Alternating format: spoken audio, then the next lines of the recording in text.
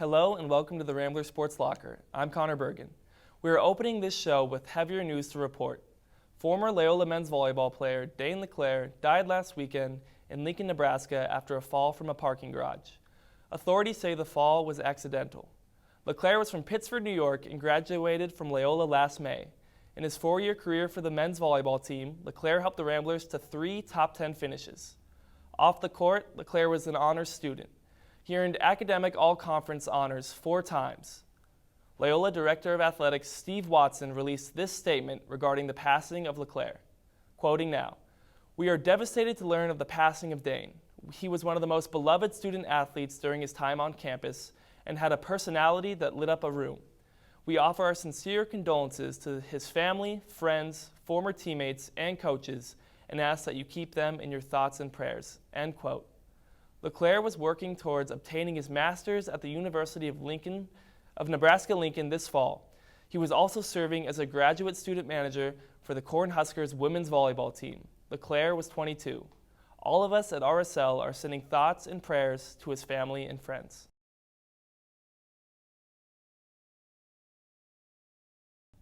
Welcome back to this week's episode of the Rambler Sports Locker. I'm Mary Planky. And I'm Michael Faso. Basketball is back, and the start wasn't too pretty for the men's basketball team.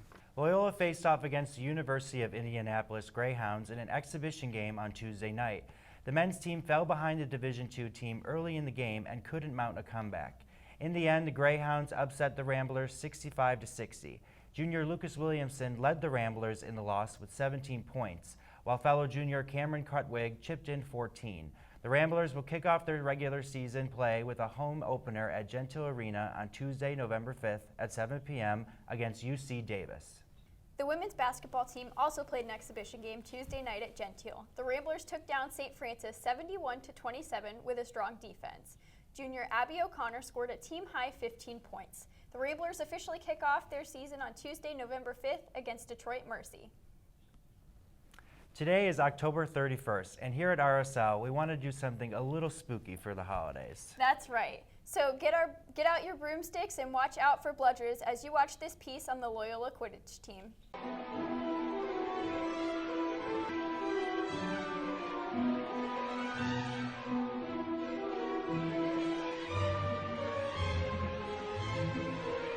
A Quidditch team is Brilliant. Fearful, fascinating subject. So actually the game it's very similar to Harry Potter. It's just been translated because we obviously can't fly. So there's still a keeper, there's 3 chasers, 2 beaters. The snitch is a person. They wear bright yellow shorts, and then on the back of the shorts there's a tennis ball inside of a sock that's Velcroed. I am a beater. That means I'm the guy holding the dodgeball and throwing the dodgeball at people. One of the hardest parts, you get hit a lot. Other beaters will hit you. That's unpleasant, and you have to fight with people a lot. So you're trying to get the ball from somebody else. That means you're in their face trying to rip it out of their hands. I'm a chaser, so I'm basically like an offensive player. Sometimes the physicality can get a lot. I'm not a super aggressive person, but sometimes other teams that we play can get a little rougher, but that's also kind of a fun part because I've never experienced that before, so sometimes like the adrenaline really gets you and it's super fun. The hardest part of Quidditch, getting tackled isn't that fun. That can be a little painful. There's a surprising number of injuries. We will play in all weather, snow, terrain to freezing degrees, as long as it's not lightning. You don't have to be a Harry Potter fan to be on the team. That's the great thing about Quidditch is everyone starts from a clean slate, so you don't have to know anything about Harry Potter. Our coach last year didn't even read Harry Potter until like a couple of years after he joined the team. No tryouts, you can pick whatever position you want. As vice president, I do all the team bonding things. So we not only have we have Yule Ball every single year. It's basically, I always describe it as the homecoming you wish you had because it's a semi-formal dance. We basically do everything and hang out, and we're all just friends outside of the sport too, which is probably my favorite part about the team. I would just say it looks super nerdy. It really does. I see when we practice out here on the quad, people will walk by with their phones and obviously film us and put us on Snapchat, and I always am hey guys, what's up? But I think if people actually gave the sport itself a chance, they would realize that it takes a lot of athleticism, a lot of practice and dedication, and It's not only one of the most physical sports that I have heard of, but like it is with the best people on this campus. Thank you, Amelia Ickes and Ava Pagnuco, for putting that package together. The women's soccer team took on Indiana State at Loyola Soccer Park on senior night, October 27th. Sophomore Abby Swanson put Loyola up 1-0 5 minutes into the first half. Indiana State tied up the game in the 24th minute, but senior Alexa Tatterin put Loyola back in the lead a couple minutes later. The Ramblers were able to hold off the Sycamores the entire second half and finished the game with a 2-1 victory. Fresh off the win, Tatterin was named the Missouri Valley Conference Offensive Player of the Week, while graduate student Simone Work was named the league's Newcomer of the Week for the third time. The Ramblers are now 6-0 in MVC play and have locked up the #1 seed for the conference tournament. They'll finish regular season play against Evansville on Halloween Day at 4 p.m.